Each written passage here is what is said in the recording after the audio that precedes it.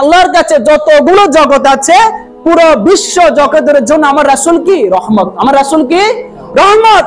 তো সেই রহমত পেয়ে যদি আমরা আনন্দ উল্লাস না করি, আমরা সেই রাসূলের উম্মত হয়ে যদি আমরা আনন্দ উল্লাস না করি, তাহলে করবেটা কে? এটা স্পষ্ট কোরআনের আয়াত, সূরা ইউনূস 58 নম্বর আয়াত।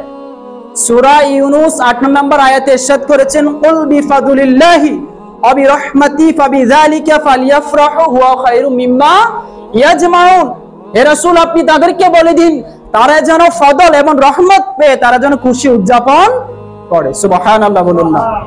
এবার আসুন, তাফসীর কারকগণ বলেছে, ইবনে আব্বাস রাদিয়াল্লাহু তাআলা বলেছে, এই যে ফজলের কথা বলা হয়েছে, এই ফজল হচ্ছে আল্লাহ পাকের কোরআন। সুবহানাল্লাহ। এই ফজলটা হচ্ছে কি আল্লাহ পাকের কোরআন।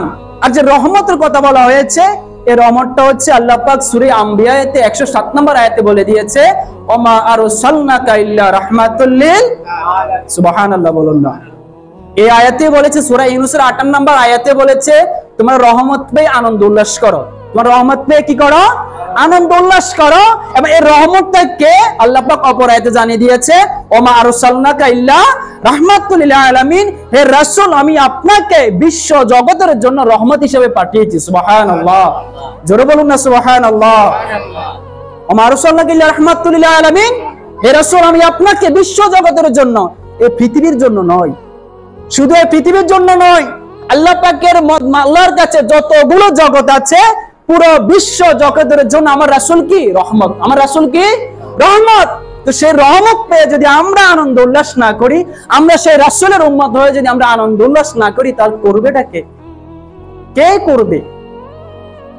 আপনি আনন্দ উল্লাসটা যেভাবে কোরআন তেলাওয়াত দিয়ে করতে পারেন, রাসূলের আগমনকে আপনি কোরআন তেলাওয়াতের মাধ্যমে করতে পারেন, মিলাদের মাধ্যমে করতে পারেন, দুরূদ শরীফ পড়ার মাধ্যমে করতে পারেন, যেভাবে করতে পারেন সেটা ইসলামিক মাধ্যমে হলেই চলবে, সেটা কি ইসলামিক মাধ্যমে হলেই চলবে।